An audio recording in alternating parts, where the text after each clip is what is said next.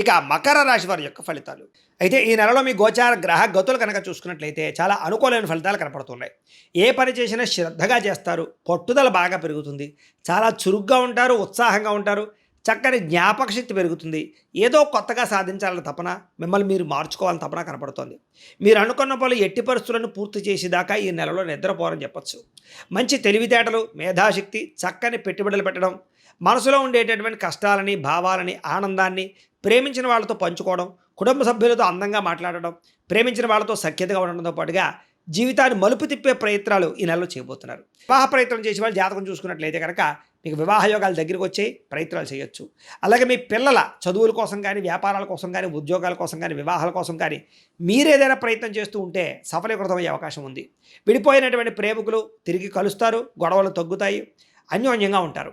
ఆరోగ్యం పట్ల ప్రత్యేక శ్రద్ధ పెడతారు. ఆహారపు అలవాట్లలో మార్పు తీసుకురావడం, వ్యాయామం చేయడం, సమయానికి తినడం, రాత్రి సెల్ ఫోన్ చూడడం, తొందరగా పడుకోవడం చేసుకున్నట్లయితే చాలా బాగుంటుంది. బయట ఫుడ్లు, ఆయిల్ ఫుడ్లు, జంక్ ఫుడ్లు పూర్తిగా మానేయడం మంచిది. వ్యసన పరులు ముఖ్యంగా వ్యసనాల జోలికి వెళ్ళకూడదు. ముఖ్యంగా ఈ యొక్క సిగరెట్లు లేకపోతే కనుక ఈ యొక్క మద్యపానం సేవించడం, ఈ రెండు కూడా ప్రమాదాలకు గురి చేస్తున్నాయి. కాబట్టి వాటిని మానేయడం కానీ వాటి దూరంగా ఉండడం మంచిది. అలాగే బెట్టింగుల జోలికి, స్కాముల జోలికి, జోద ప్రక్రియల జోలికి వెళ్ళకండి. దానివల్ల చాలా నష్టాలు ఉన్నాయి.